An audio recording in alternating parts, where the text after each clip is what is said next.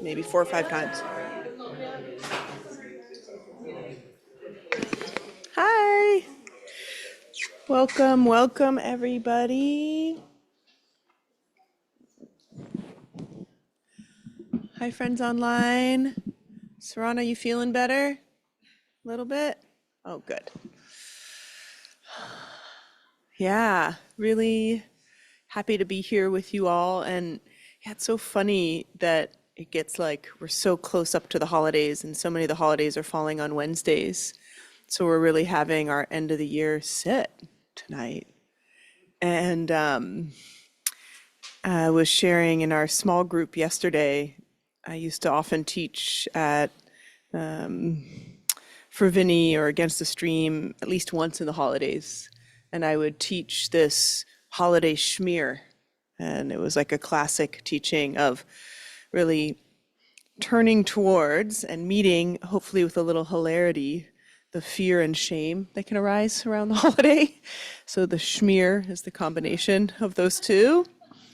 And, like the fear can, often I would do this even before the colonizer settler holiday of Thanksgiving, where like a lot of family gather together, and this idea of the fear of not living up to an idea that we think it should, the fear that it somehow needs to be different, and then the shame of, yeah, whatever it is that's kind of, especially like an old feeling for us of what should or could be happening and isn't happening, or sometimes the shame that's elicited by certain family members' comments or memories or ideas or expectations.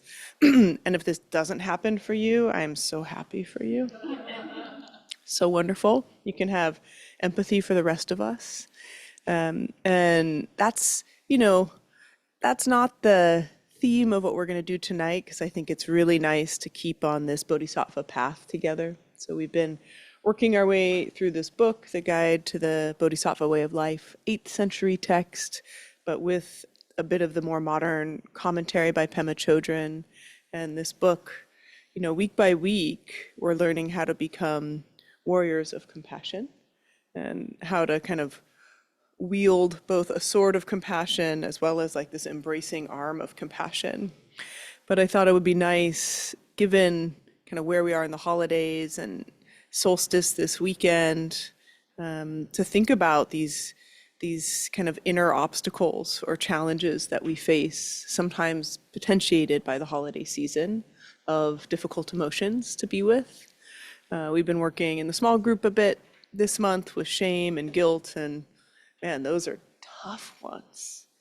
And one of the big pieces of this training and in this book is, finding this ever more clear and still mind, and also really strengthening the heart through compassion practices.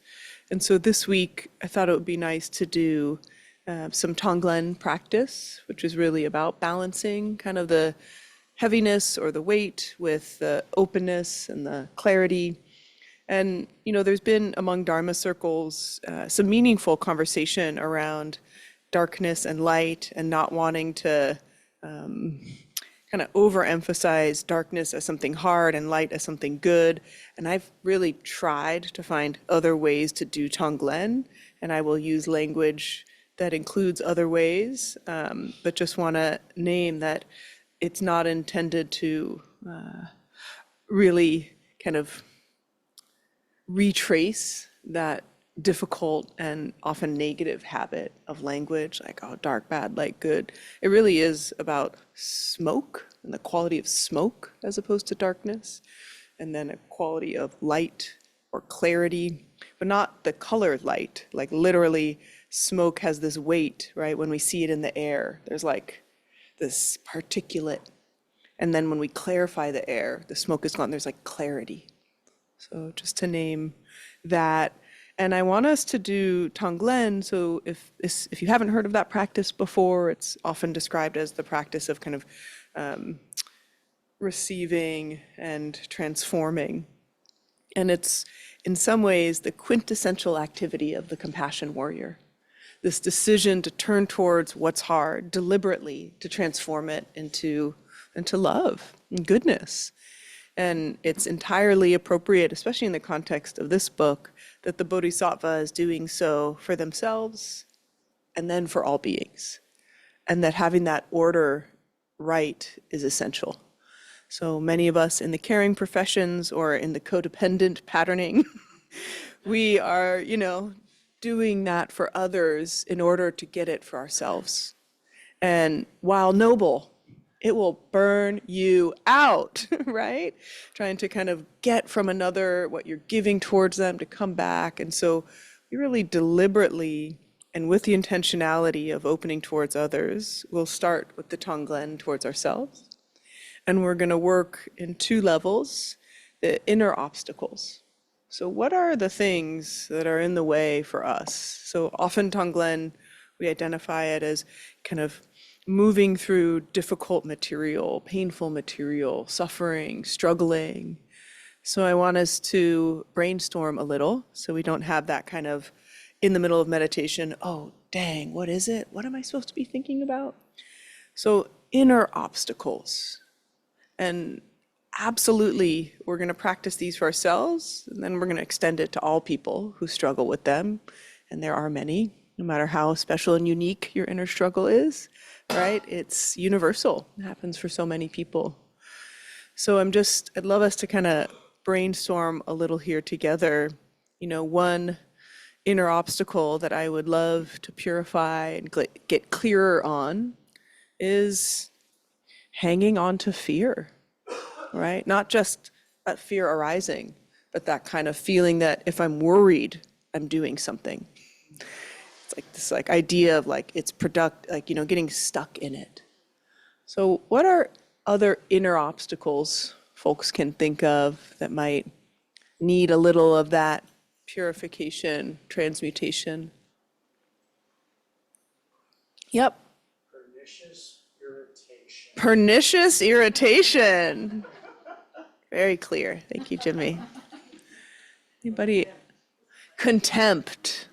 Very, very knowing affirmations there, Claudia. Yes. Yeah. And I think it was last week or the week before, and this week a little too. The Bodhisattva really has to cut through contempt. It's in the way. There's no way to have your open heart to others if you're judging them in the way they're going about it. Yeah. Anybody else? Doubt. Yeah, such an interesting one because it can be on so many layers and levels, but it does have this super paralyzing effect, or it can. Yeah.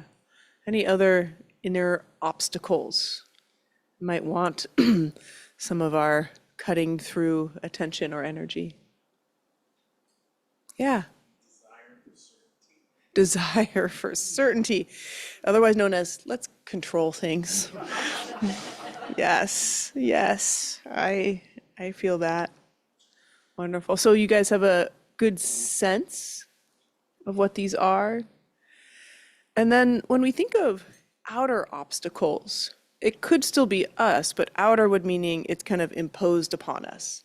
We're not adding to it. We're not kind of keeping it in the mix. So an outer obstacle really could be our own physical health, our own mental health, right? Our struggles in those arenas.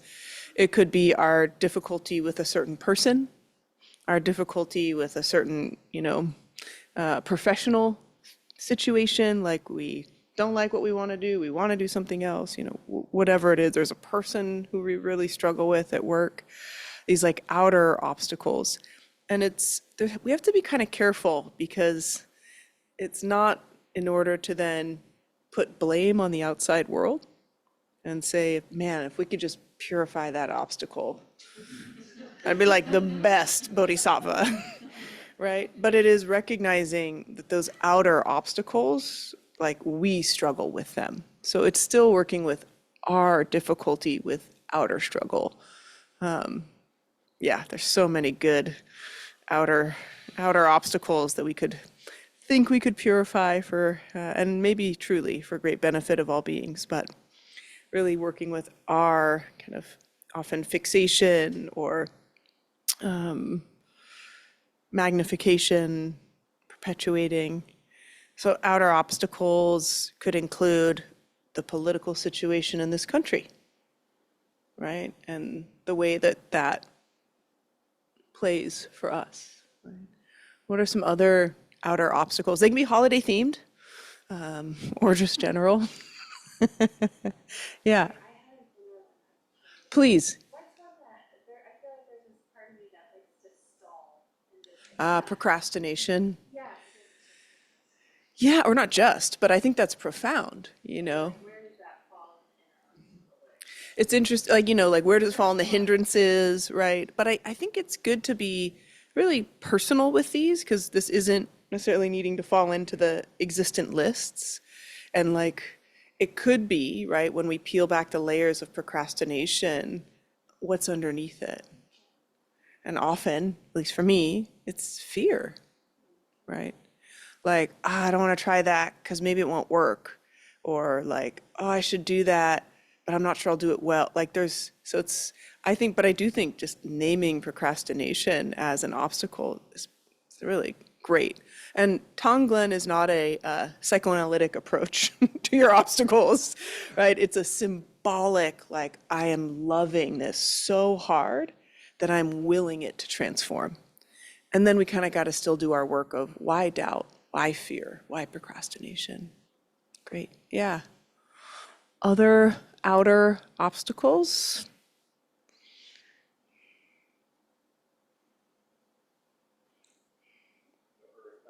The earth dying. Yeah, yes. Yeah, and being with that, right? And not falling into apathy and not falling into urgency and, how to be with that. Yeah. Other people's pain. Other people's pain. Yeah. Help, desire to help, but not knowing that there's really nothing I can do. Yeah. Powerlessness. Yeah. Thank you for naming that. Yeah. Anyone else?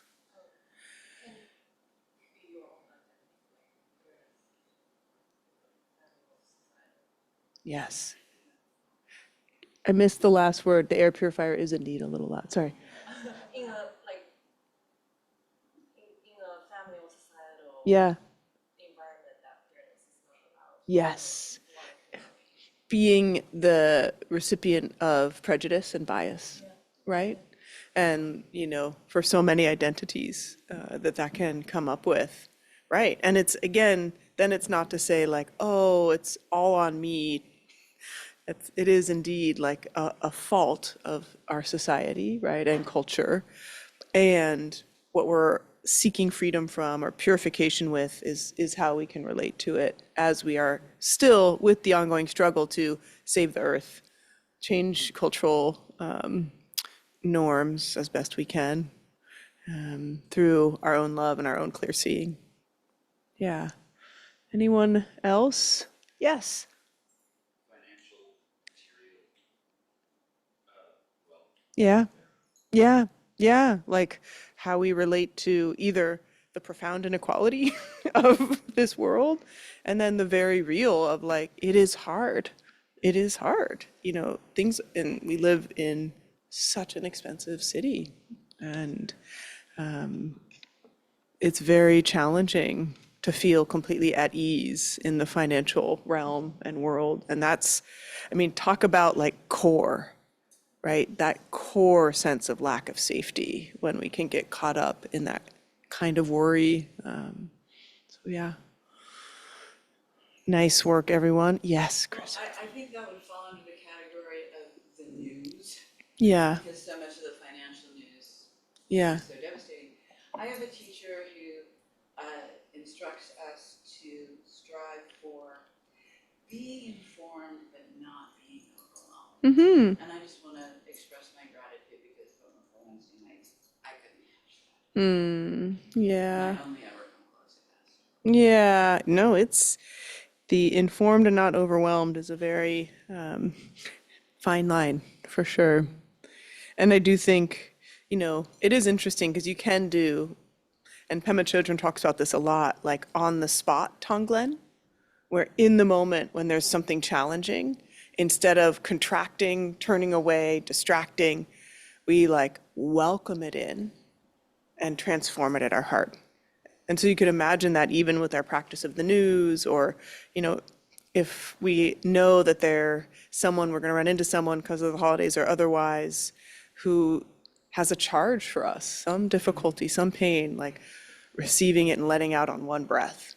So, and so just as a kind of refresher or reminder with Tonglen, the simple practice is essentially, first we have to, what's often called in the traditional sense, flash on emptiness. And the way that I often have found supportive to do this is actually to flash on compassion, boundless compassion. So to recognize the compassion that we have received in our entire life, extended in our entire life, and literally makes up this being. So the idea of flashing on compassion is to avoid actually that sense of overwhelm in the face of suffering, and to really be like, wow, well, I am made of compassion. Like everything in me is made of compassion. So I can thereby receive and transform whatever arises. And if the idea of flashing on emptiness, meaning this deep recognition that every single thing is always changing, impermanent, that may also be a way to feel that you can not get into overwhelm and be prepared and ready. So you kind of prepare the ground for Tonglen in that way. You don't just go right in. And then we will bring to mind and kind of invite these inner obstacles. And using visualization, visualization is such a powerful tool in meditative practice. Even if you can't see well, many people can't see, an inner eye, an inner image that well. It's like, I think 10% of the population, so probably at least one person in this room struggles with seeing a visual image. But you can sense or see, this sense of swirling black smoke or dark smoke or heavy smoke. And the smoke is meant to symbolize that which is weighing you down, that difficult material. And we visualize it in some ways as a way to help us see it without being so stuck in it. And we have that kind of swirling around the abdomen line. And then we invite it in to what we imagine to be a space of kind of golden, clear, warm light in front of the heart. Important that it's in front of the heart. Some people who actually trend towards the other side of having too strong of a visualization, if they bring it into the heart, they kind of get a little caught up feeling as though they're inhaling something that's toxic or difficult. So it's really bringing it up to this radiant light, like imagining at the heart, it was just this unbelievable flame, and that it could bring that smoke in and purify it, make it completely clean and clear. So we use the breath and the visualization to draw in, and with our love and clarity and compassion, we extend out and imagine it being clear. And sometimes compassion practice can feel a bit wishful and, but that doesn't actually change it. Like I'm bringing it in, but it's still here. Like, why do this? And it's such good practice for the mind and the heart to imagine being free. Because so much, especially when we're talking about inner obstacle, so much of it is perpetuated and extended by the mind. And so if we can, instead of retracing our rumination, our sense of, inadequacy, insufficiency, insecurity, if we can have a different way of orienting the mind, we are creating different pathways, and different ways of starting to feel like, what would it be like to experience freedom from my doubt, my procrastination, my fear? And that is just this beautiful, what's the right word? I mean, it's a gift, right? Like we're giving ourselves this moment to imagine this mind and this heart that feels free.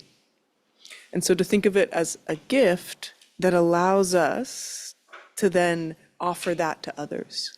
So after we do the practice for ourselves, kind of imagining, engaging, we will then kind of expand or extend our Tonglen to all beings who struggle with doubt, fear, procrastination, pernicious irritation, right?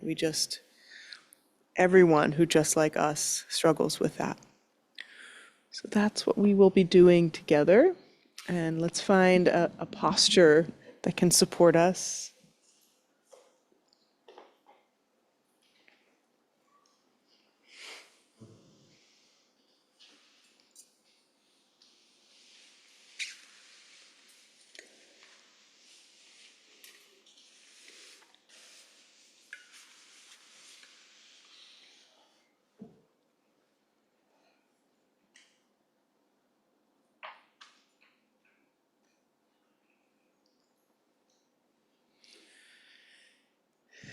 So finding that supple length of the spine,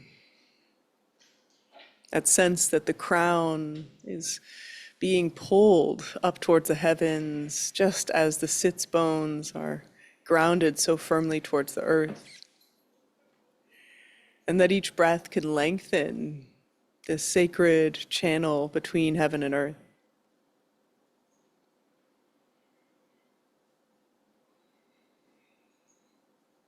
Finding a softness in the face, in the chest, in the belly.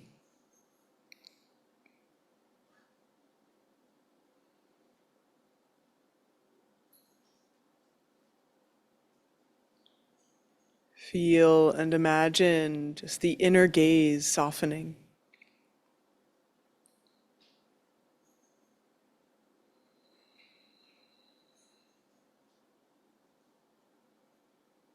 Feel the gentle lift of the heart upwards.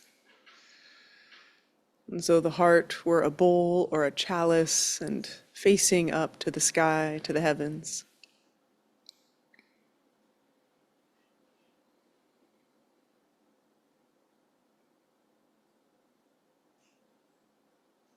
And allowing the shoulders to be slightly pulled back, lengthening the chest, and the heart space.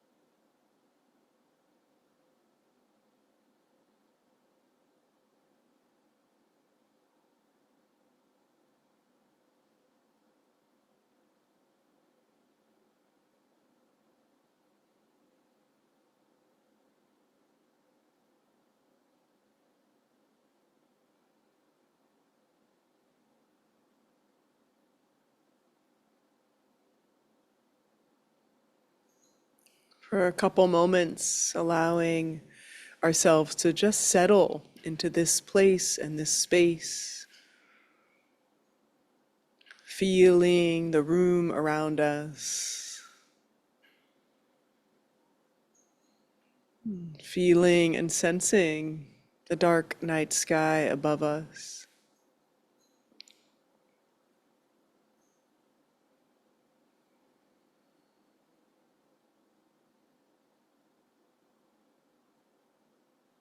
Feeling ourselves situated in this season, moving toward the longest, darkest night of the year.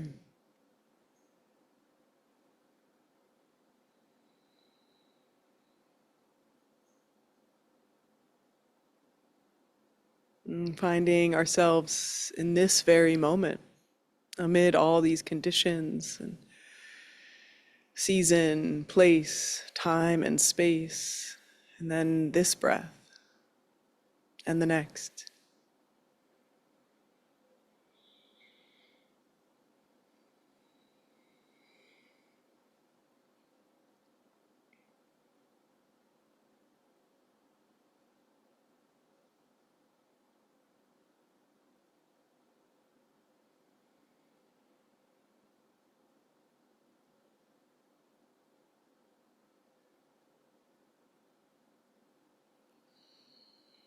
Allowing our mind to settle by feeling and sensing into this breathing body. So breathing in, really paying close, kind, curious attention to the whole body, breathing in. And breathing out, and sustaining that attention through the entire exhale.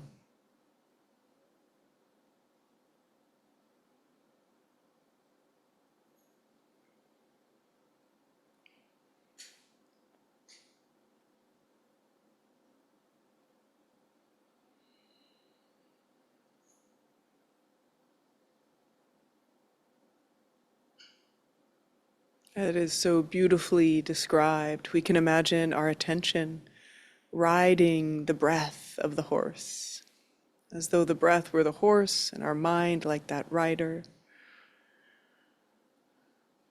And so noting every shift and change, giving our full attention to the breathing body.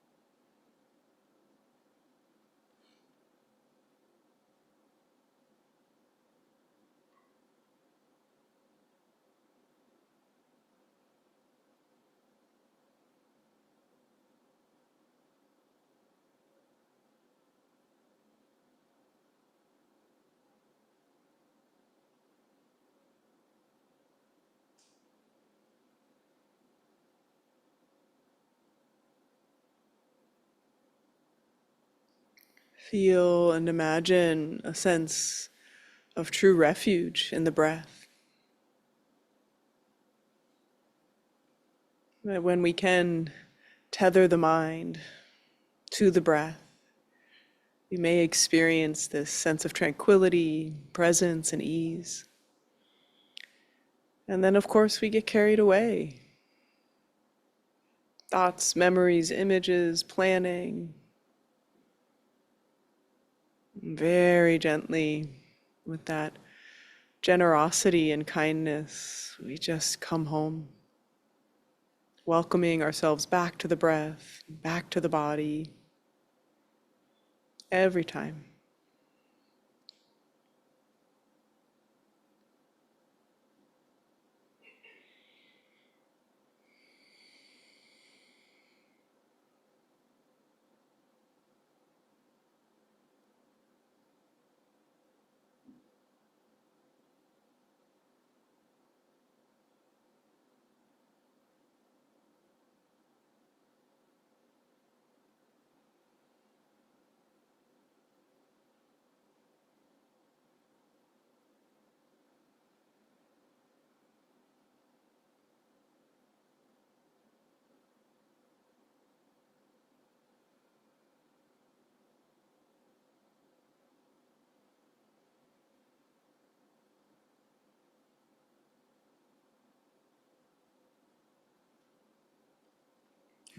Just 3 more breaths here together.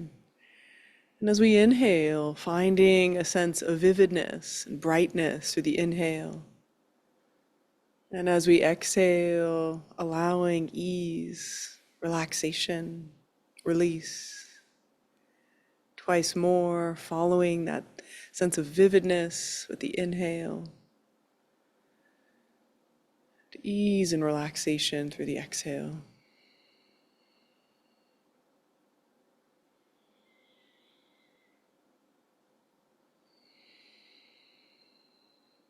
And we shift our mind, our focus, our attention and awareness away from the breath and the body and into imagination and memory. We imagine going back in time and feeling and imagining all of the kindness and compassion that has been extended to us in this lifetime.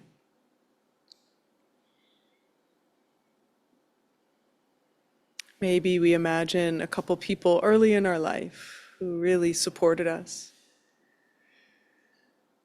Could be something so simple. Encouragement or smiles, hugs, or other forms of deep attunement. There may have also been absences of that love and presence. In this moment, really focus on that which nourished our sense of care, connection, love.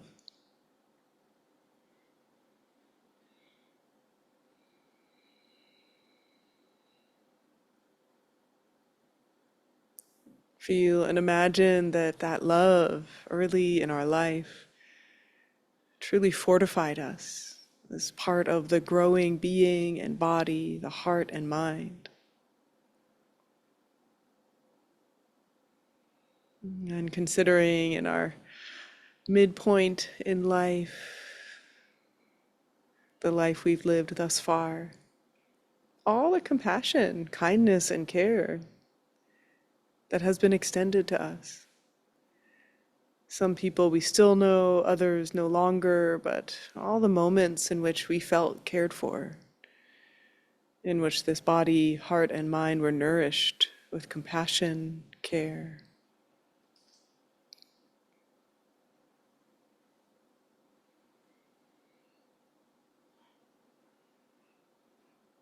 And feel and imagine the presence of that early and midlife sense of care and compassion deeply within us.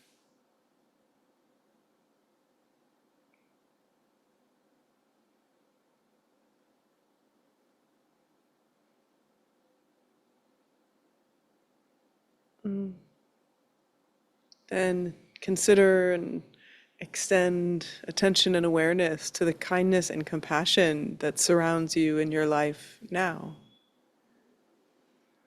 The people, the places, the land, the teachings in which you feel loved, held.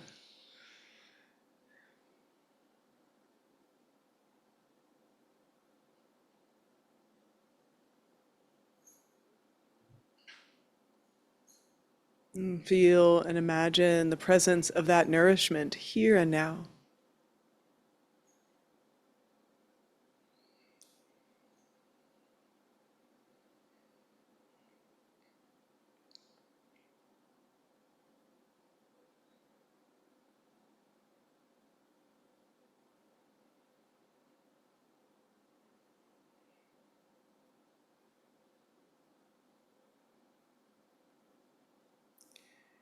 Feeling this body as a body made up of compassion, love, kindness.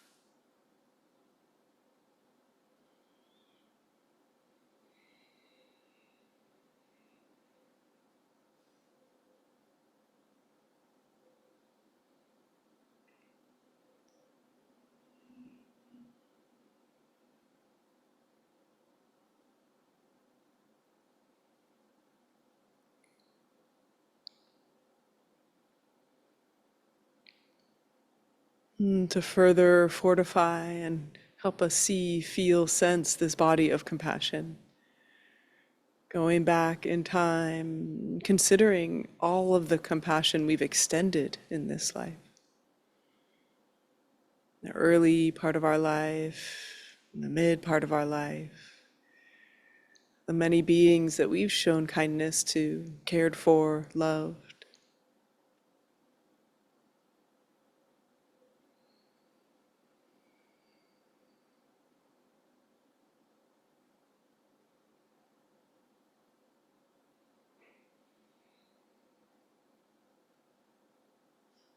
And even when that love was met with hurt or heartbreak, there was still more love, more compassion, more kindness.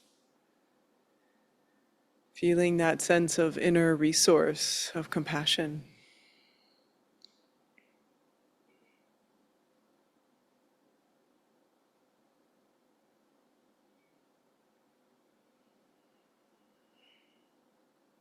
Feeling and imagining the beings in our life now who we support and care for.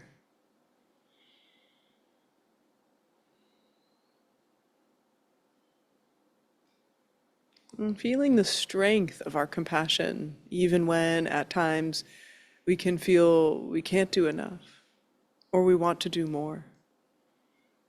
Recognizing the strength of that compassionate aspiration to care towards kindness and love.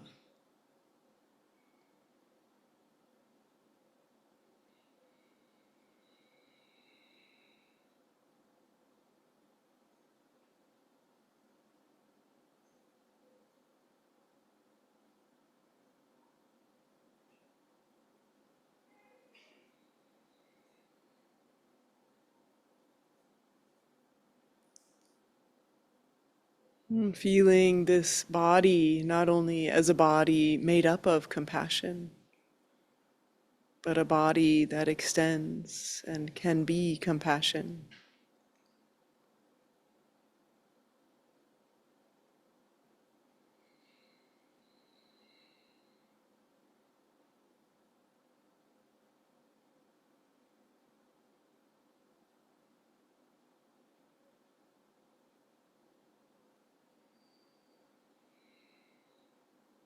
Feeling the strength of what has come before, what is here now, and even that unfathomable imagining of all the compassion to come.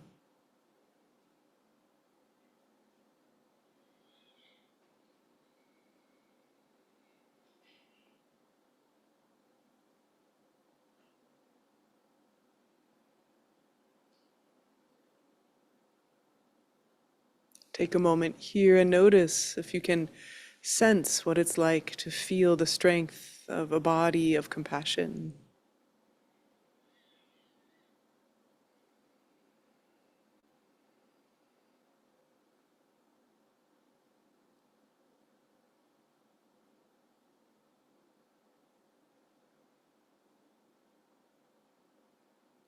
Feeling the radiance of the heart and imagining that all this capacity of compassion could be symbolized by this glowing sphere of warmth and love just in front of the heart and chest area.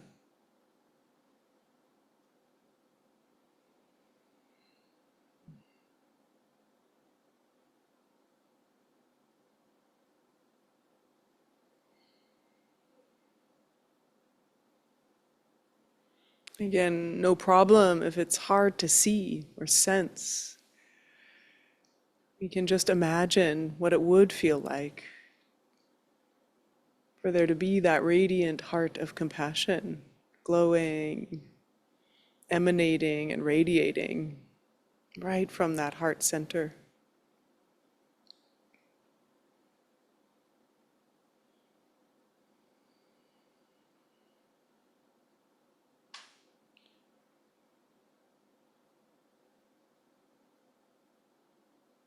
Shifting our attention now to this compassionate self-seeing. And considering what are the inner obstacles that we struggle with.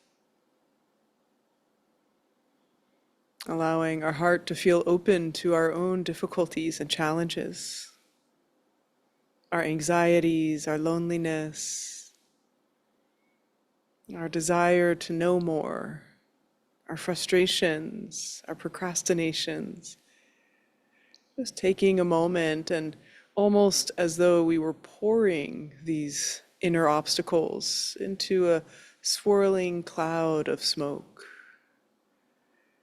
We imagine offering them and then visualizing them as this dense cloud of smoke right in front of the belly button line.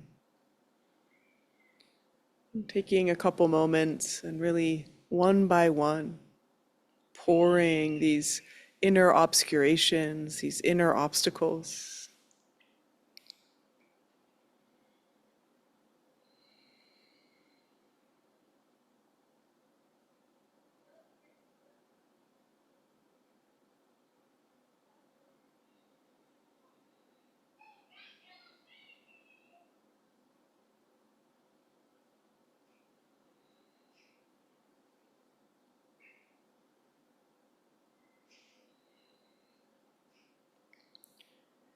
And again, feeling, sensing, or imagining this dense cloud of smoke and all of its contents. With great compassion, feeling that heart's aspiration to be more free, to be unburdened.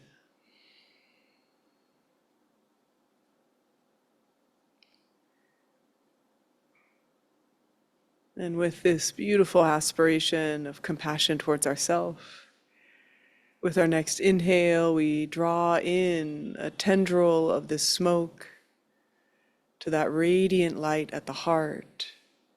And exhale, expelling the smoke like the sun expels the clouds, just radiating out this sense of freedom, love, clarity. And continuing with our focused attention, noticing this cloud of dense smoke, and with that caring intent, drawing it in. And with the force of compassion, extending, expanding, clear, open, bright. And continuing a bit longer in this symbolic transformation. This beautiful visualization of how we could apply compassion directly. The love of our heart meeting the challenges of our heart. Breath by breath, drawing in the tendrils, and then radiating out.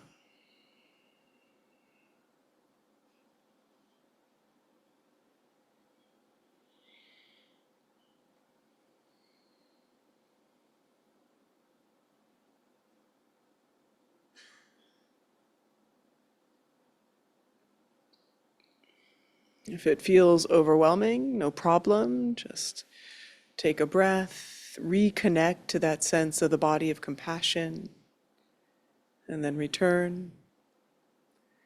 If it's hard to feel anything, no problem. Just focus on this sense of deep care for our own struggle and difficulty. And then return.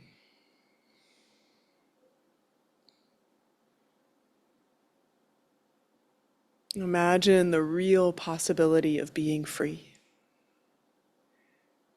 And with that motivation, 3 or 4 more breaths, ardently drawing in,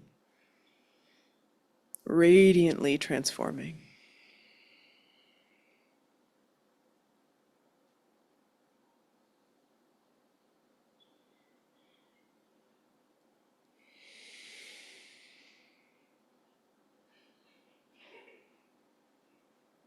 And drawing in any last little bit, any last little tuft or cloud.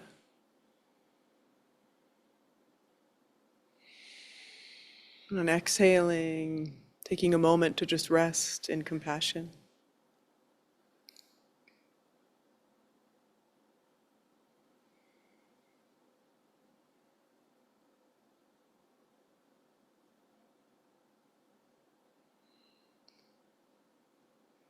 And then bringing to mind all the many other beings who share our difficulties and struggle.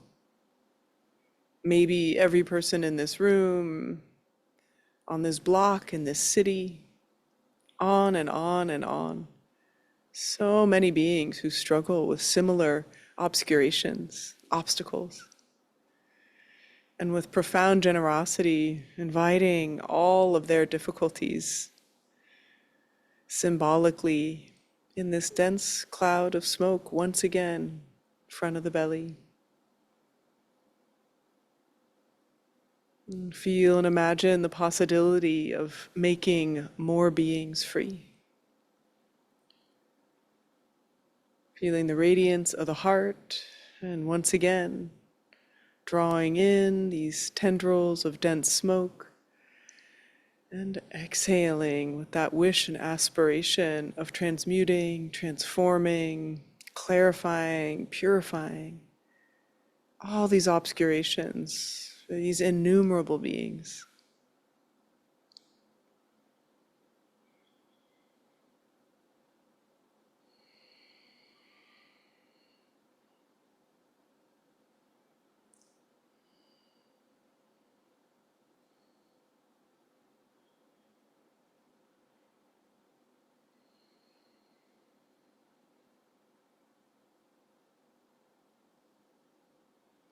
And just as we would imagine this sense of freedom for ourselves, just imagine the sense of collective freedom possible.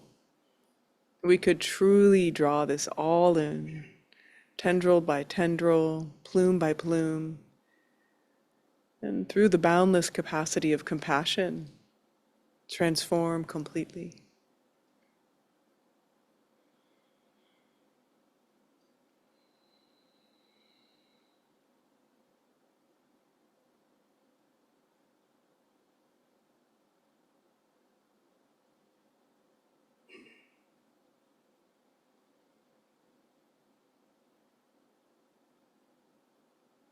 One or two more breaths,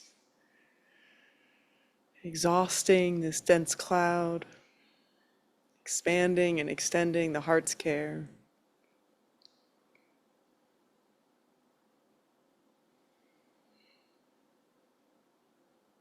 And then releasing into this body of compassion, attention and awareness saturated with compassion.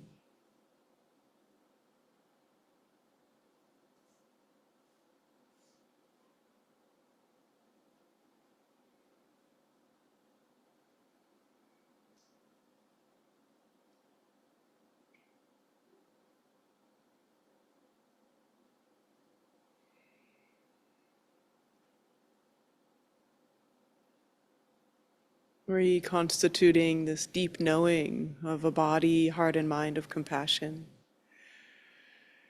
We can then turn towards these outer obstacles, these things we face and deal with that challenge us, that make our hearts ache, that carry us away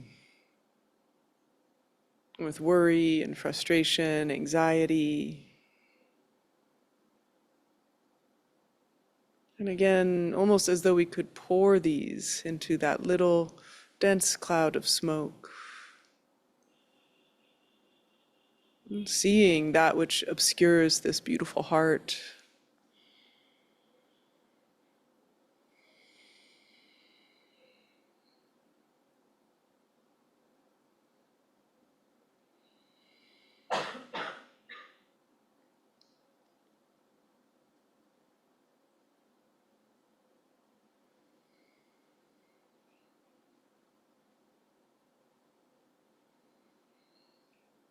As clearly and poignantly as we can see, just imagining all these sources swirling together.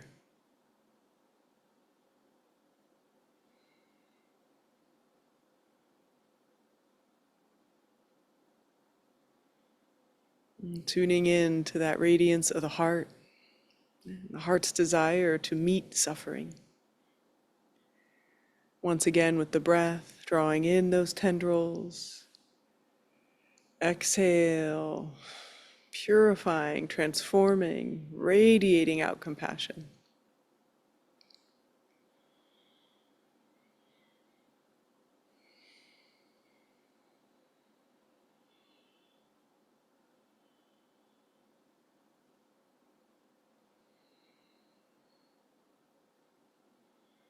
Really feeling the sacred inner architecture of breath,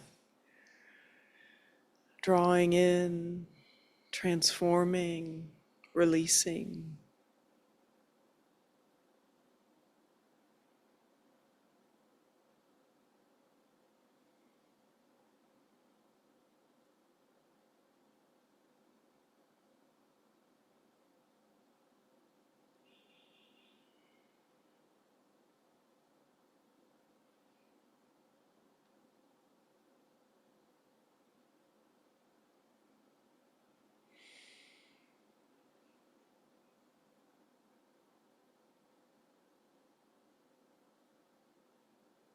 Just one or two more breaths, fully exhausting that dense cloud of smoke.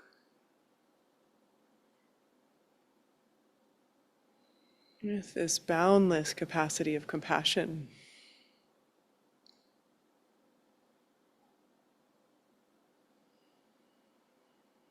Imagining being completely free and feeling the generosity of that imagining.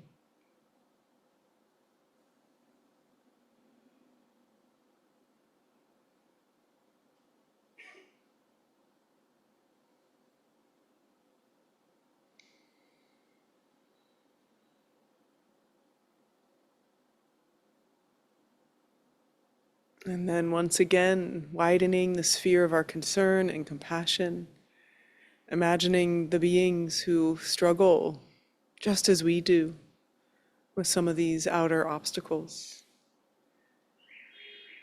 And with great generosity and care,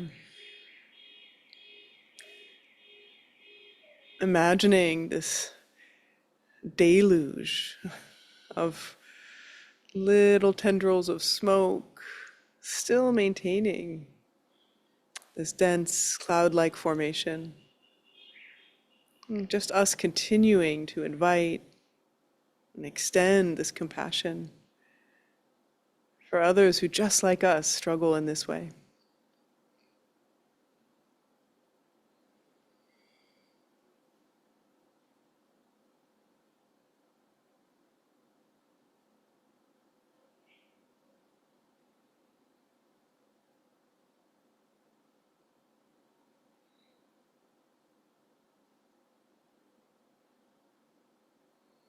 Feeling the integrity and the goodness of this aspiration to transform others' suffering into compassion.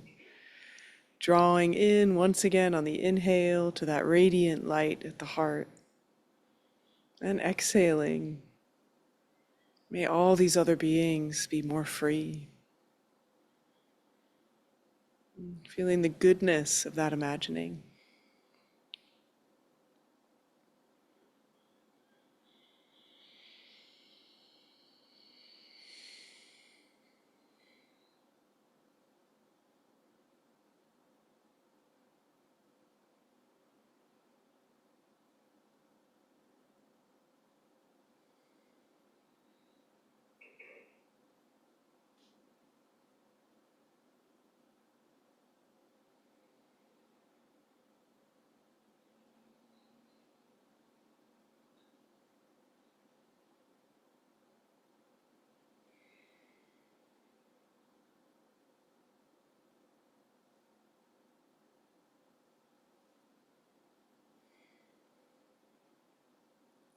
Just a couple more breaths here. Really harnessing our attention this one last time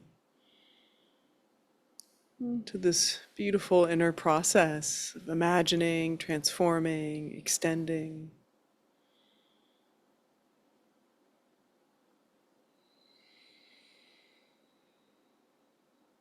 As we exhale our compassion, we could imagine it traveling outwards, all directions. No boundary, no end, Just continuing further and further and further.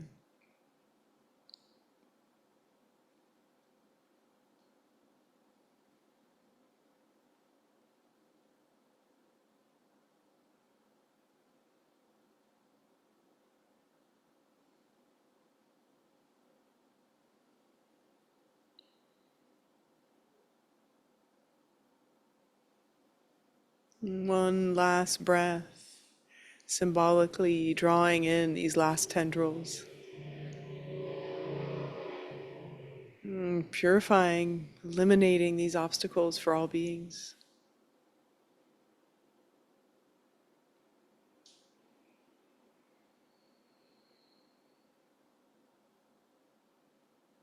And resting in this field of compassion.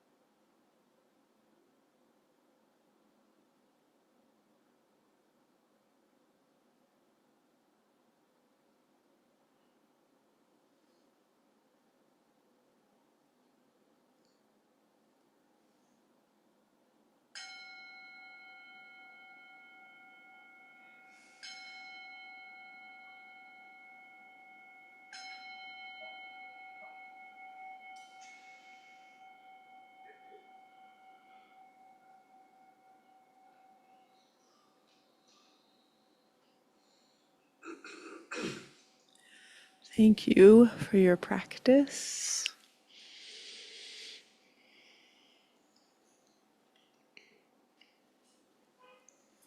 So generous to be engaging in that way with our faculties of imagination and heart.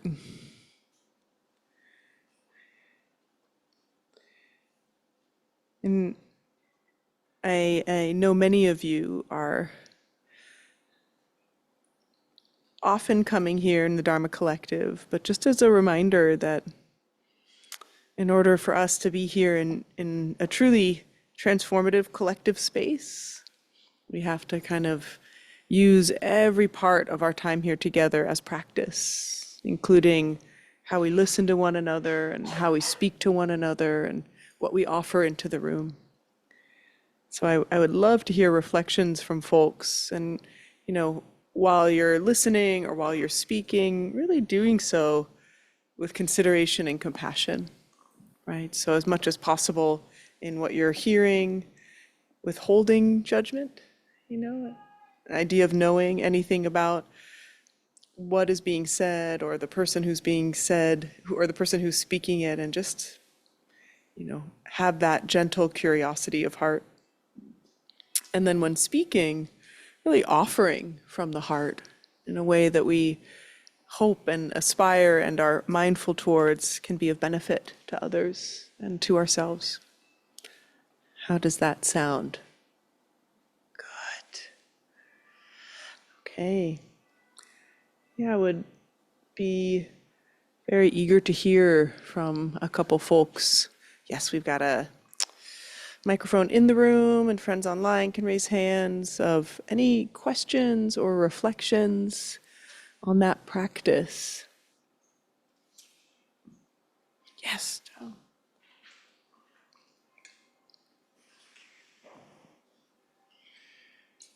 I found it really difficult to purify the inner obstacles that I kept sort of holding on to them. Like, so it almost felt like they were kind of like wrapped up with my identity. I am fearful. I am filled with doubt. I am. And so it's sort of like they kept sort of persisting. Yeah. Whereas with imagining the outer world, there was no conflict there. Those seemed to respond Interesting. kind of beautifully to the light of compassion. So it just sort of felt like an identity thing of like holding on to these things. And So yeah, I was just curious about that. Yeah, I'm curious about that for you. And I think it might, be interesting to reflect on, wow, is it harder to have compassion for these things that feel like these are mine or my fault or me than these outside things which, oh, they're just happening to me, right? And could we lend a little of that, I am fearful or I am, let's say, judgmental. Could we feel less identified with that as though it were an outer? It's a, Yeah, that's a good thought. I feel like it was almost like that without those things, I mean, I think I've been bumping up against this for a while, that without those things, what's here, kind of that, again, that sense of groundless, yeah, like what, like dissolving or something, and just, so, yeah, it just sort of felt like holding on to, kind of at one point you talked about reference points, like holding on to, like, I know where I live, I have my keys, I have the, just sort of how important those things, yeah, yeah, so I didn't feel like I was holding on to them, but I could tell that, yeah, they weren't surrendering. yeah. It's interesting, and I think worth observing. And when you imagined other people like, was that easier to? It was a lot easier. It was a Yeah. lot easier to extend compassion to Yeah, the poor suffering people outside. yeah, And yeah, it was just a lot. It was really congruent with my sense of, what I'm doing and who I'm supposed to Yeah. be. And this beautiful Ram Dass practice, the just like me. I'm not sure if that's something you've ever practiced, but it's really, this idea that we can, look into the face of another and imagine, wow, just like me, this person has doubt and fear and not knowing and deserves compassion and just like me. So it's a beautiful phrase, and it might, because it's, yes, your heart is so shining bright with care, right? So how to have the mirror shine it right back. So, yeah, I think so. Yeah. Anyone else? Yes, Jason.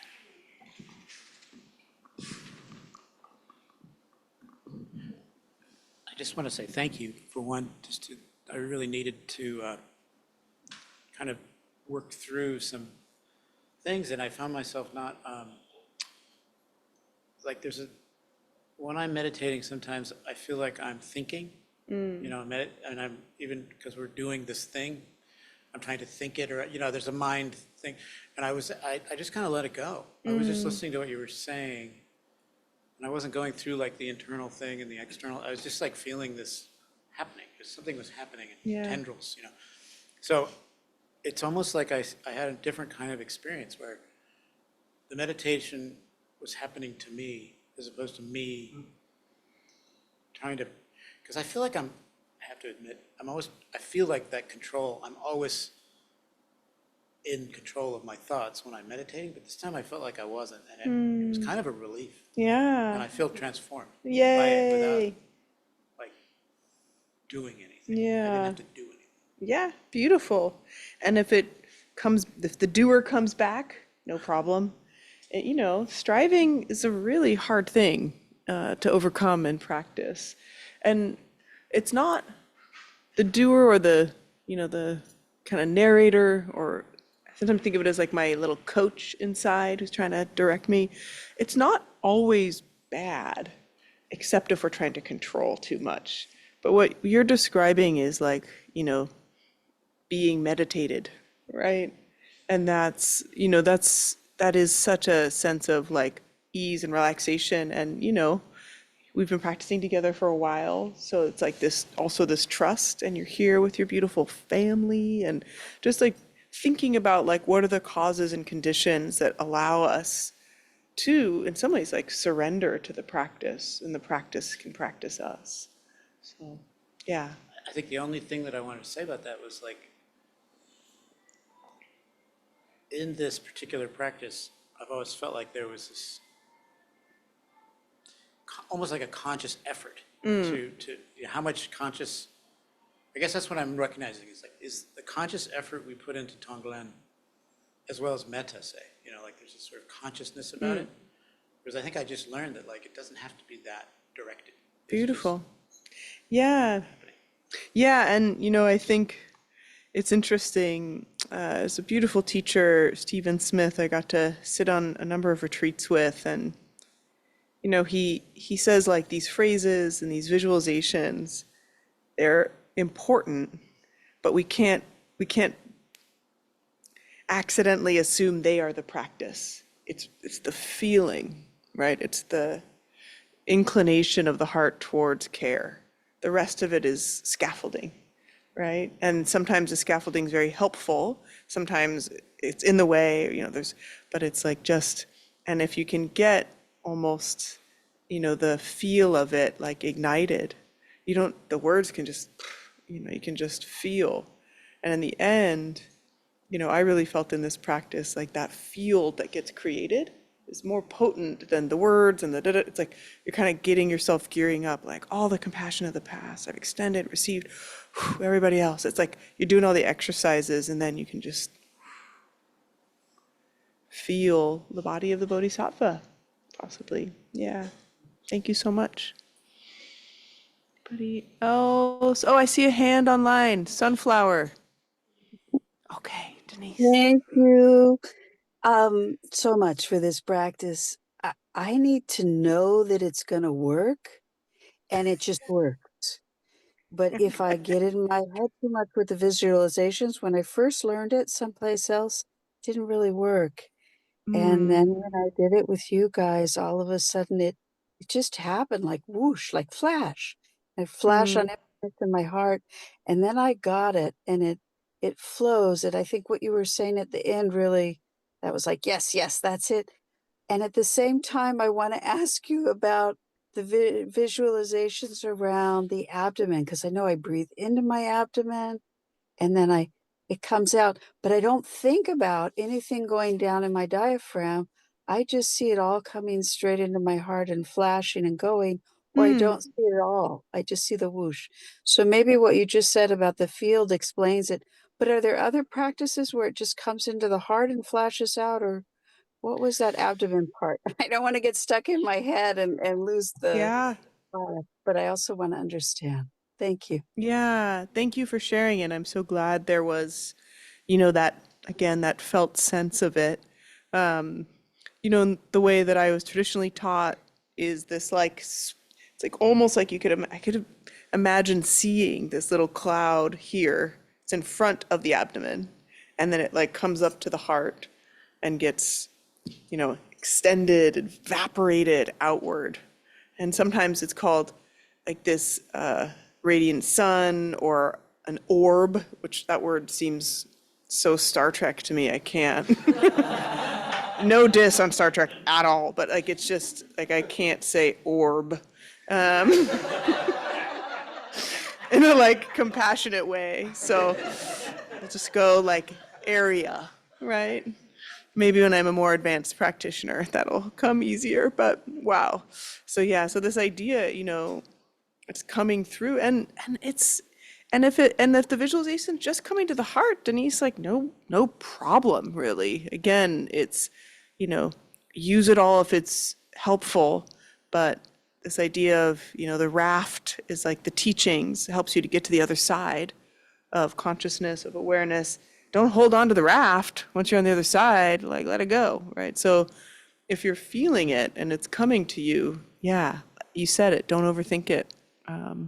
And again, I do think of it as this like training process and practice. And I had the opportunity to be part of this beautiful ritual, you know, one of the many fire rituals that's part of the Hindu tradition. Some of you might have done a puja or other fire ritual. And I really had the sense that, you know, there's some similarity with guided meditation. I mean, there's a lot of differences because there's so much like fire and flowers and ghee and like just amazing fullness and chanting. And a lot of it is this, again, it's like we're doing the motions, we're doing the things, we're, you know, creating this special, specific place to practice. And in this case, imagine compassion in order to, it's like we're creating the inner ritual or the inner sacredness to then feel the presence of the divine or the presence of unity or unification. But the specifics, specifics in these practices, the Hindu practice, amazing. They're so specific, right? Certain order with everything. And so for us, we can like use the order as well as it serves us, but remember the purpose, right? The purpose is the transformation. So, yeah, thank you so much. Anybody else? Yes, please.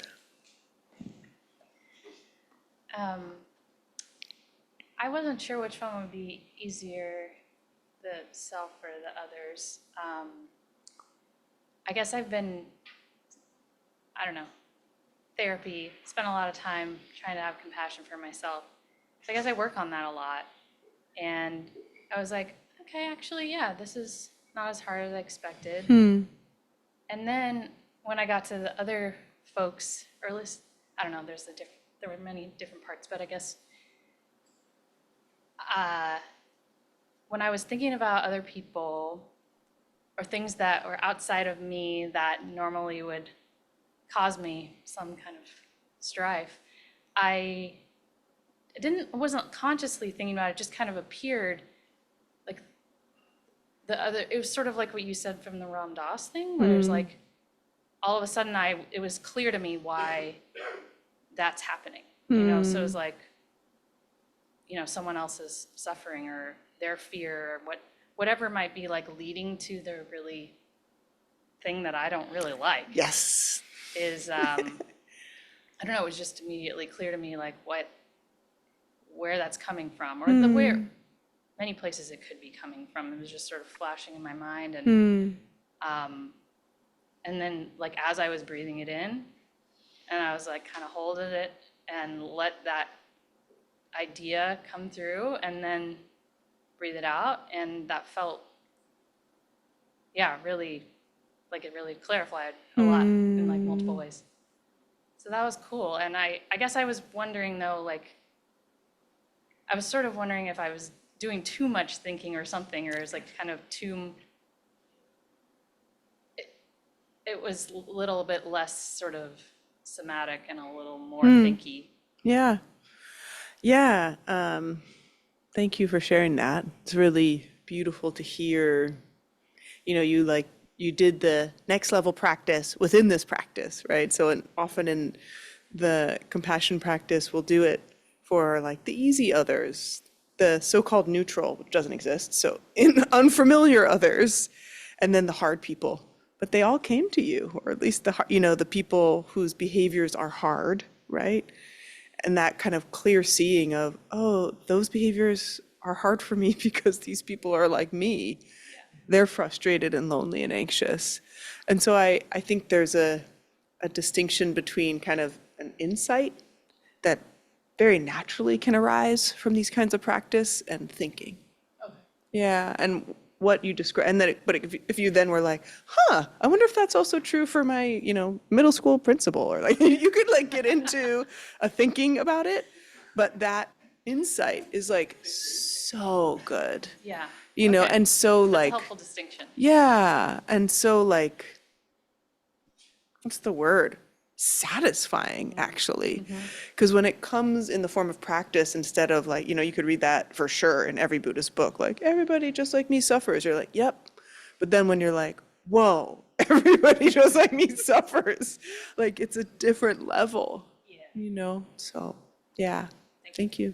Yeah. Yes, please. Someone online. Yeah, I guess I had this weird feeling about the neutrality of compassion almost. Like, I'm from New York right now. I'm from here, but now I live in New York. And there's a quality of, I was thinking about somebody helping cart somebody with a cart up the stairs of the subway, for example. And, kind of like, just kind of through existing together, we're all having to go through compassion, like it's a constant practice. Yeah. And just, that was kind of an interesting insight for me because it led me to reflect on the levels of compassion that are just required to have society in the first place, Yeah. you know? Yeah. And also the way that that compassion is also intertwined with these more structural, very deep cycles of suffering and how those are so enmeshed in a way. I mean, this, you know, this practice is an interesting one for me because of how complex those networks are of compassion and suffering. And it's a difficult thing for me to think about actually imagining freedom in that way, you know. So I'm trying to notice the compassion that's here just in terms of what's already here. Yeah. Thank you for saying that. And, you know, freedom can be really misleading as a term because, and I feel confident many of you have experienced this. It's kind of this poignant life phenomena. It can come through meditation practice, psychedelics, birth, death, like these experiences where we have a moment and we realize freedom is like this like exquisite coexistence of the suffering and the joy together. You know, and it's like, oh, freedom isn't that that suffering's gone. It's like, oh my God, they're both here. It's like really like they're both here. Like, wow. Like, you know, that sense of almost like unbearable heartbreak when something's so beautiful, because you know it's like it's finite and like that there's suffering. Like, I don't know. So I think maybe you're hitting on a little bit of those weavings together. And it's so good to really have that kind of discernment of like, wait, what is freedom? Like, what am I actually aspiring towards? I'm not trying to pretend this world is going to somehow like be free from suffering, but it's going to be like free from added suffering, you know? So yeah, thank you. Wow, y'all, such rich reflections. We'll just do like a little bodhisattva as like dessert. How about that? Oh boy. So here we are. Gosh, I just have to read this one stanza again. It's one of my favorite of the entire book. And this whole chapter is really on, it's called The Three Disciplines, this idea of like how we can be more kind of clear on this taming of the mind and gathering virtue and reducing harm and increasing benefit for other beings. And in the last, our last session, the early part of the chapter, it was finishing on this kind of right relationship with the body and to not get like overly fixated on the body and to really recognize, and as it says here, regard your body as a vessel, a simple boat for going here and there. Make of it a wish-fulfilling gem to bring about the benefit of all beings.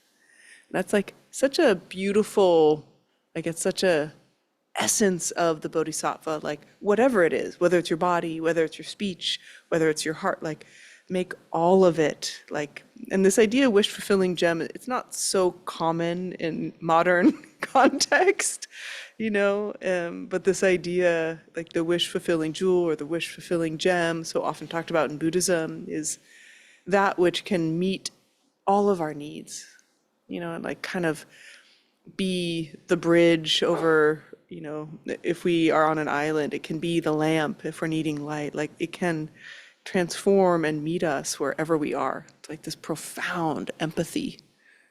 So to make, you know, your body like a vessel and a wish-fulfilling gem, you know, to kind of create a temple of the mind and heart for the service of all beings. And that's the right relationship to your body. So still get your butt to the gym, right? Eat well. It's not like discard the body, but remember to what purpose and to what end. Super, super beautiful. And then I just love these next couple. It's like this whole kind of like list of bodhisattva activities. and kind of little things that you can do that help make you a better bodhisattva in your actions. And so the first is, thus with free, untrammeled mind, put on an ever-smiling countenance, rid yourself of scowling, wrathful frowns, and be a true and honest friend to all. And, this is not intended to promote toxic positivity, like, like always smiling. But I like, Pema says, like, it is interesting. It is like, as we are moving, we walk around, most people's face is just like, staring at their phone, right? But when you happen to like look up and around, like consider the light of your own heart, compassion, gratitude maybe, and then let your face reflect that. And that like what a huge like gift that is. When you see someone walk down the street with a big smile and like you smile.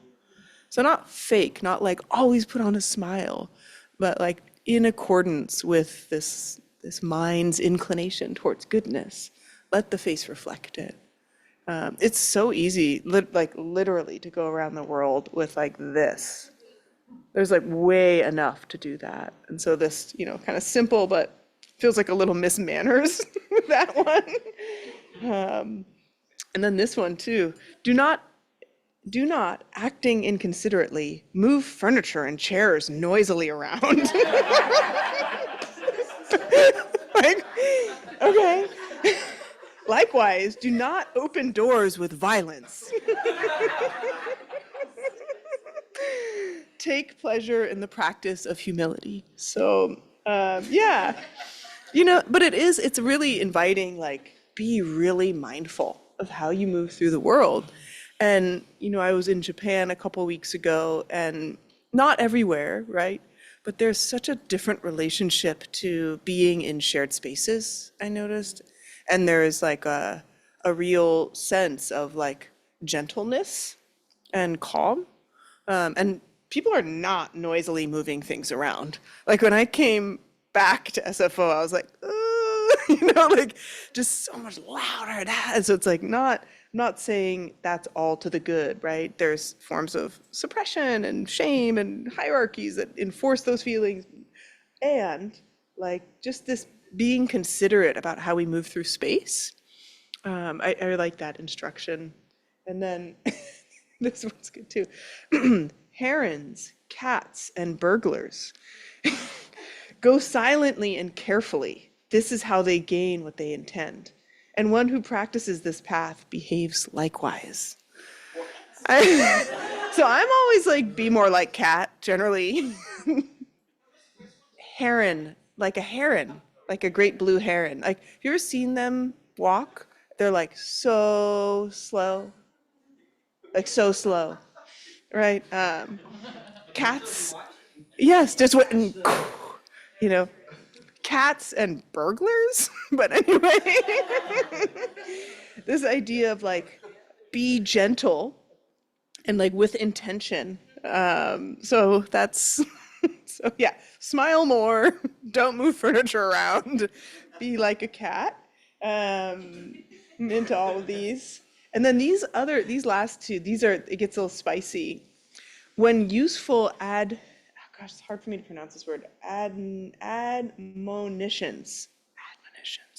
When useful admonitions come unasked, to those with skill in counseling their fellows, let them welcome them with humble gratitude and always strive to learn from everyone. So this is different than when someone is just talking shit, right? Useful admonitions, meaning like they're coming unasked, but from someone with skill. Like, so when you get called out or receive feedback you weren't looking for, welcome it with humble gratitude.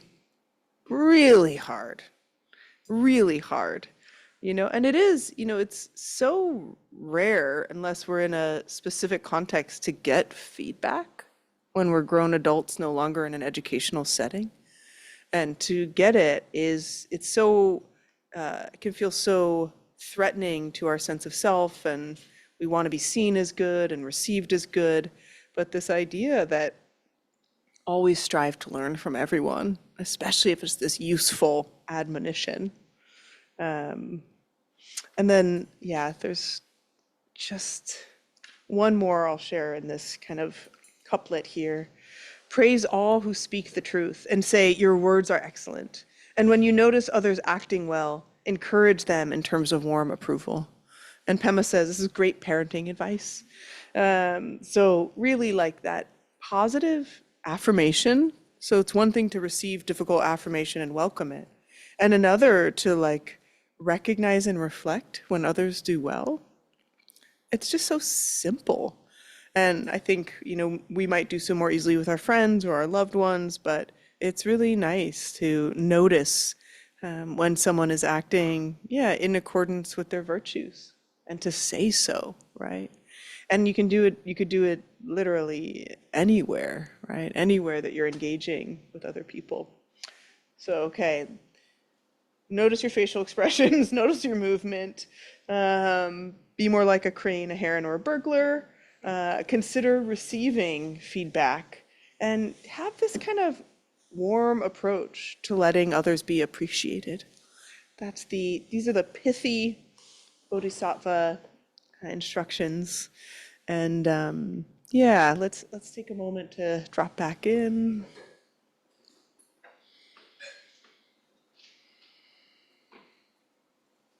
Soften through the face and the chest and the belly.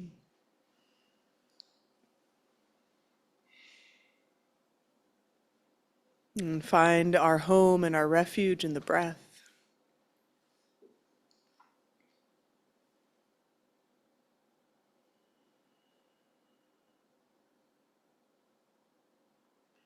And returning to this beautiful essence of Tonglen, which is the awakened heart of compassion.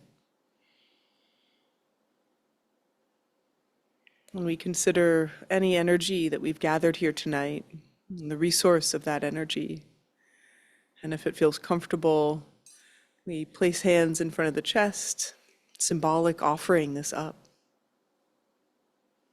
So feel and imagine that each and every being, just like us, could be free, could know a sense of belonging and love.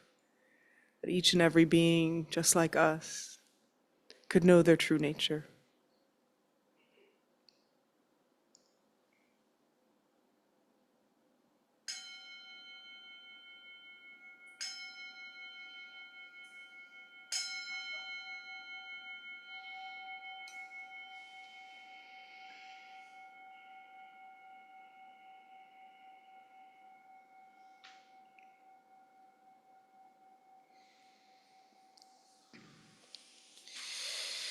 So wonderful to be with you all.